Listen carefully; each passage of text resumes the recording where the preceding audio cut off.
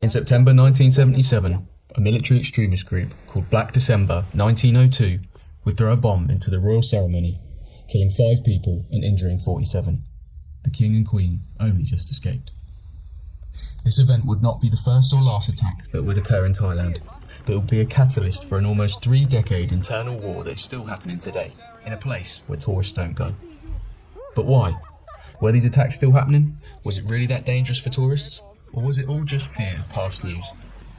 We wanted to find out, so we embarked on a 2-week journey to visit what are considered the most dangerous parts in the south of Thailand, to see how life really was there, and learn why this part can't seem to shake its dark side. Join us as we delve into a complex history and the underlying reasons behind the attacks in southern Thailand, and find out whether it really is still dangerous for tourists or not.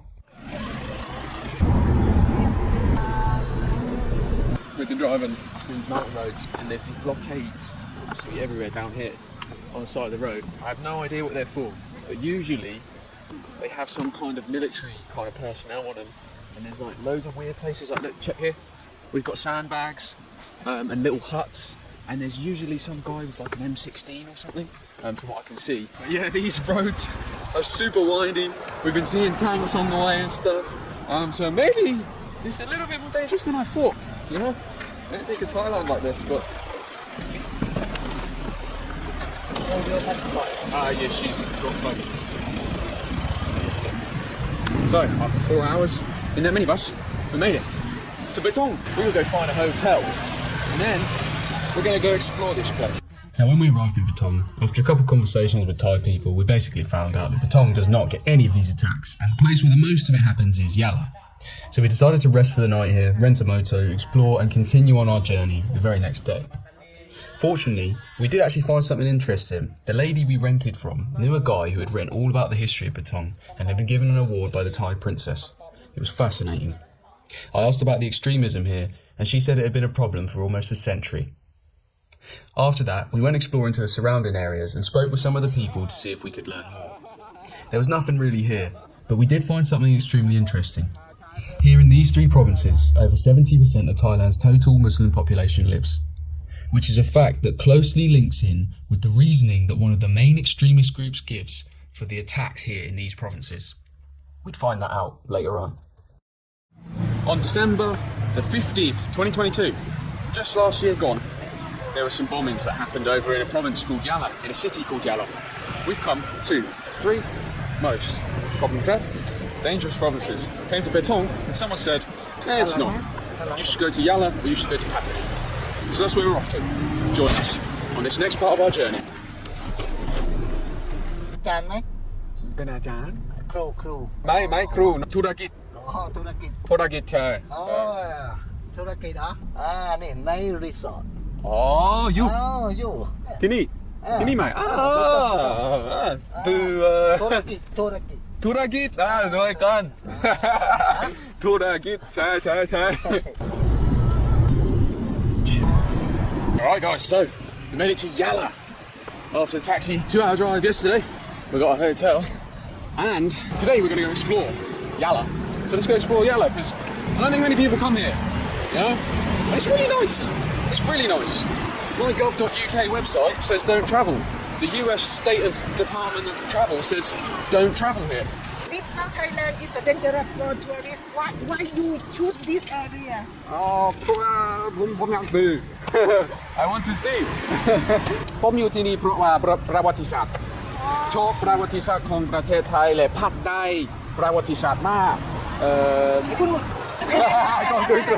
ไม่กลัวyou ไม่กลัวเลยใช่ไหม you ไม่กลัวไม่ you don't think that dangerous in this area? I think this area is many time for shoot ใช่ไหมใช่เอาผมฟังtourists not shoot this area for table. I drive and I see you.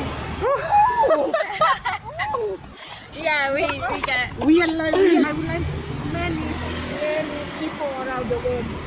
Oh, yeah. Tomorrow, if you have free time, I would like have breakfast with. Yeah, sure. Wow, look at that. My government website says don't come here. She says, why are you here? It's dangerous for tourists.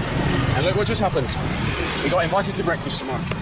The most dangerous thing you've ever done. Yeah, it's bloody crab. Now I'm going to have to cut in here to explain a little bit of the history to set the stage. In 1932, a man named Peeban Songkram, you'll know him if you watched the last video, starts to make some changes to Siam, eventually creating a new nation that we now know today as Thailand. Now with this change come a large number of policies that are used to nationalise Thailand, and there are some specific rules that are more heavily felt in the Muslim and Chinese communities. This is because all Chinese schools are closed, all Islamic schools' curriculums are changed, and the main language is altered to Thai rather than other languages in the south which were previously Malay. On top of this, non-Muslim people are sent to govern the area, whereas before, in the Patani Kingdom, they would create their own laws, rules and customs, and until about 1902 to 1909, they were still creating their own laws and customs.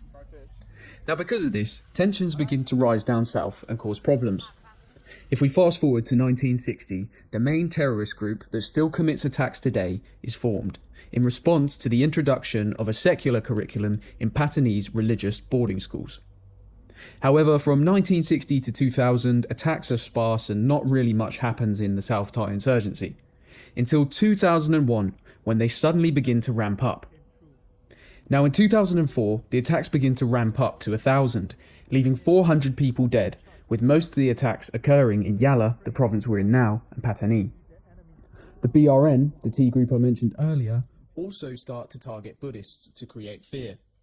They behead monks, innocent Buddhist workers, and use explosives in popular hotels, targeting anyone who supports Thaksin, the Prime Minister at the time, both Muslim and Buddhist. There is also some weird stuff that happens but could never be proved, such as the disappearing of a Thai Muslim lawyer and Thai police killing rioters. I think it was around 76. Now attacks are still happening today, but they are much less frequent than before. And all of this has created a huge amount of fear among Thai people. When telling my friends I was going to these three provinces, they said that I shouldn't and that it was dangerous, also mentioning that it was much more dangerous for Thai Buddhists to go to as well. So when I arrived, I was shocked to be met with so many friendly people. And apart from the X-ray machines and the weird outposts, there was nothing really to be afraid of. People were just incredibly curious and friendly and wondered why the hell we were there. And it hit me there. All of these events can create fear for such a long time and create fear around a certain group of people in a land when, for the majority of them, it's not true. And only by travelling into these fearful locations can you then uncover the truth of what people go through in daily life there. Anyway, we explored Yala for a little more after, going through some of the interesting markets and meeting many people who offered us free food, even though I tried to pay, and were curious as to where we came from. I also learned a little bit more of the language. Bananas can't be gang, this is what I learned. Things can't be gang, people can be gang. But really, there was nothing to be worried about. Probably the most dangerous thing we found in the whole trip was a bridge that was extremely narrow and motorcycles drove over it, so you had to sort of dodge them. After soaking in the cracking view on this bridge, we decided to head back, but we had some problems. He's coming to get you. He's coming to get you. He's coming to get you. Come on, quick, quick, quick.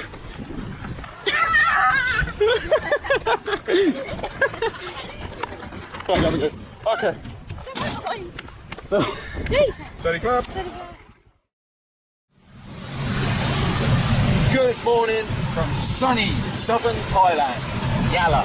Today we're off to Patani, the third and final province that we want to visit. Now remember when I said that there was a bomb that went off in Yala? That was actually on the train line. Today we're getting the train. Patani. Yes. Okay. ขอบคุณครับ สวัสดีครับ สวัสดีค่ะ ผมอยากไปจังหวัดปัตตานี ไปปัตตานีบ่ายโมง50ค่ะ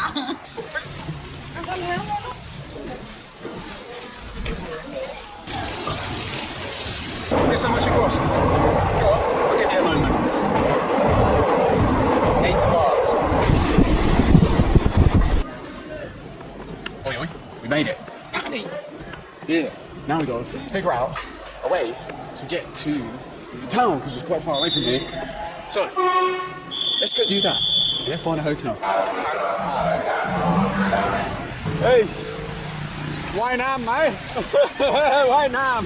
Now you're probably wondering, why do these attacks even happen in the first place? Whether right or wrong, everyone has a reason for doing something, justifiable or not. Well, 300 years ago, in 1786, these three provinces, alongside some territories in Malaysia, belonged to the Patani Kingdom, a predominantly Muslim kingdom with Islamic law and rules. Now this kingdom would hold back many Siamese invasions until 1786, when King Daksin Maharat was finally victorious in the Burmese-Siamese War. With the war out of the way and more resources and time, Daksin would send King Rama Nung, King Rama I, to seek submission of the Patani Kingdom. Now I'm not sure they took very kindly to this request, so a battle occurred and they were defeated. But weirdly, Siam didn't really take full control or full power until 1902. Siam had authority and control, but the state was independently run by its own Patani king and had different laws and different customs. Throughout this 200-year period, the Patani sultans would send what's called bangamas to show that Siam asserted power over Patani, but it was still run as an independent state. It's a bit weird, I don't really fully understand it. Anyway, in 1902 to 1909, it was confirmed that Siam had full control. Now here's where it gets interesting and links in with our story. In 1909, the Anglo-Siamese Treaty saw Siam give up Kelantan and 3 other states to British Malaya. Shortly after, a man named Peben Songkram, you'll know him if you watched the last one, would create a new nation, Thailand, and start the process of Thaification. To nationalise the country, Peben wanted all Thais to conform to certain cultural traditions. He made the curriculum Thai-centric and changed the lesson language to Thai in an effort to standardise the language and create an identity for the nation. On top of that, he also removed traditional Muslim courts and replaced them with state-run courts. This was perceived as an imposition of Thai Buddhist cultural practices on ethnic Malay Patani peoples. Now, why is all of that important? Well, while I was doing research around the main group that commits these attacks, I came across, would you believe it, the main active T group have a YouTube channel, a public YouTube channel just on YouTube, the BRN. Anyway, the reasoning the BRN gives to justify these attacks comes from a want to return to an independent state and govern their own place like it was before in 1700 or something. If you put their only video on their channel in Google Translate, it loosely translates to colonialism of Siam and freeing themselves from the shackles of it. Unfortunately, attacks still happened here to this day, and Patani is considered one of the hottest regions. So was it dangerous? The short answer is no, but I've left some clips here in the end so you can see for yourself what the beauty is of this place. There wasn't really much here apart from some beautiful views, a beach with no sand, a university, the huge lizards that I love but most Thai people hate, and a massive food market. Now I don't want to go and say it's not dangerous because attacks still occur, bombs still go off, and if you were caught there at the wrong time something could happen. But from our experience, we had a great time, met friendly, welcoming people, and had a fantastic adventure. Unfortunately, my Thai is not good enough yet to ask the questions I want to ask, so I will return to these provinces again. But until that day comes, I hope you enjoyed learning about the dark side of Thailand. You probably never knew existed. If you did, then you can give this video a dislike if you made it this far. Sorry, mate. Hello. We are in Big Sea. That's a dog. Oh man, gonna get some fisherman's friends. And we got a ma in the shop. Oh! We've just found the famous lizard of Thailand. Oh my god! The heel. Apparently that's a nasty word as well. You say? But check it out, it's huge! Oh, check it out, man! Wow! Yes, we will. We are very close. Amazing, all the greenery, huh? Imagine, I thought it'd be a good idea to get a drone out. It'd make you look like you're going over the Amazon rainforest if you did it at a certain depth of field. Oh, it's so good to see you, mate. God save the king. Oh, hello. We made it back. Thanks, mate. That's okay. Oh no, I spilled watermelon juice on the sheets. Oh.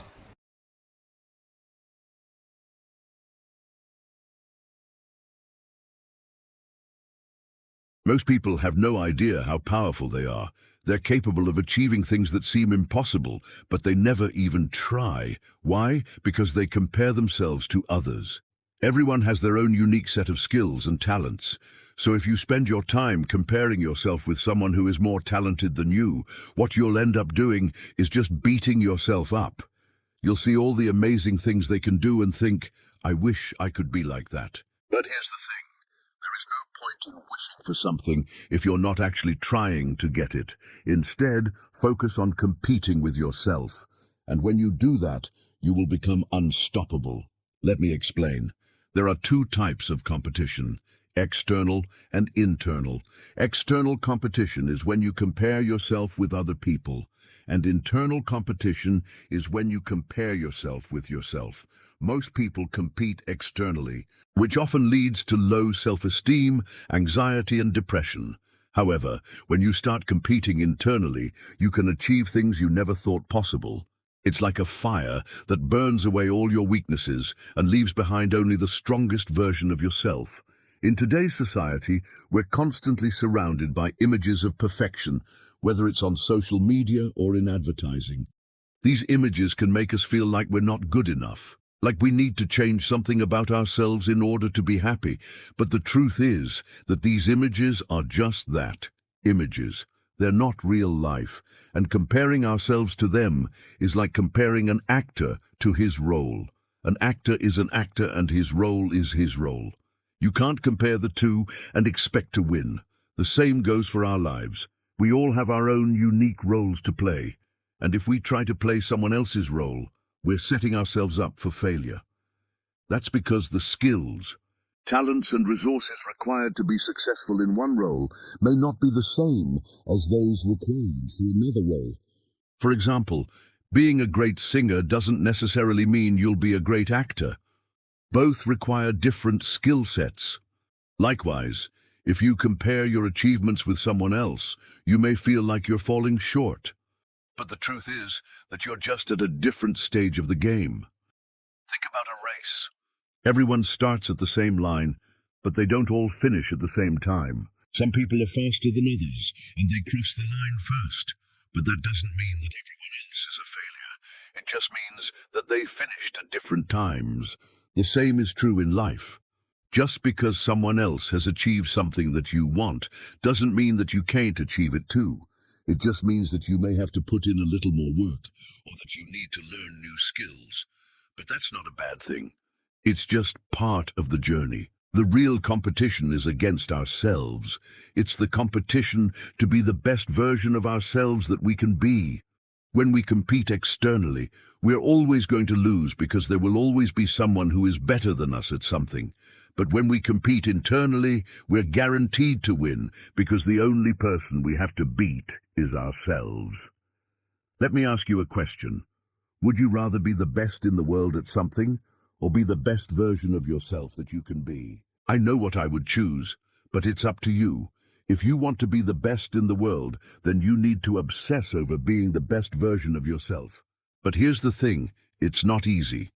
When I say being the best version of yourself, I don't mean being perfect. I mean being the best that you can be given your unique set of circumstances. For example, if you're a student, the best version of yourself would be the student who studies hard, gets good grades, and makes something of his or her life. They wouldn't compare themselves to others because they know that they're on the right path. They would be confident, not arrogant. They would be motivated, not lazy. They would be focused, not distracted. But how do you become this version of yourself? Well, the answer is simple, yet difficult to implement. All you have to do is set goals and then work hard to achieve them. But let me warn you, this is not going to be easy. There will be times when you want to give up. There will be times when you feel like you're not making any progress. There will be times when you're tempted to compare yourself with someone else, and that's when you need to dig deep inside and find the strength to keep going. Here's the thing. Life is tough. It doesn't care about your feelings or your circumstances. It just throws everything at you and expects you to deal with it. That's why it's important to be strong, mentally and emotionally. That way you can handle whatever life throws at you. So, How do you become mentally and emotionally strong? Well, the answer is simple yet difficult to implement. All you have to do is face your fears and weaknesses head on. Don't run away from them. Don't hide from them. Deal with them. When you do this, you'll realize that they're not as powerful as you think. You'll also realize that you're stronger than you think. This is the only way to unlock your potential. By facing your fears and weaknesses head on, you'll become more confident, more focused, and more motivated. And that will make you unstoppable. No matter what anyone else thinks of you, you'll know that you're on the right path. You'll know that you're becoming the best version of yourself that you can be. Think about it. If you can't even control your own thoughts and emotions, how can you ever hope to achieve anything in life? That's why it's so important to start with yourself. That's where the real competition is. If you want to be successful, if you want to achieve things that seem impossible, then stop comparing yourself with others and start competing with yourself. That's where the real victory is. That's where the real satisfaction comes from. Not from what other people think of you, but from knowing that you've done your best and that you're becoming the best version of yourself that you can be. Now, I know this might be easier said than done, but it's not impossible. There are people out there who have done it. They were ordinary people just like you and me, but they had the courage to face their fears and weaknesses head on, and they came out stronger on the other side. They became successful, not because they were luckier than everyone else, but because they were willing to put in the hard work to become the best versions of themselves. I want you to remember that the next time you feel like giving up, the next time you feel like you're not making any progress, the next time you feel like comparing yourself with someone else, remember that the real competition is against ourselves. And when you compete internally, you will become unstoppable. You are capable of achieving things that seem impossible, but you have to believe it first. You have to see it first. So take a moment to look inside yourself. Look at the person you want to be and start working on becoming that person. Start competing with yourself and you'll see what you're truly capable of. Thank you for watching this video. I hope it's helped you to see that the real competition is against ourselves. And when we compete internally, we are guaranteed to win. If you liked this video, please leave me a comment down below. Let me know what you think. And if you want to learn more about how to become the best version of yourself, click on the video on the screen now.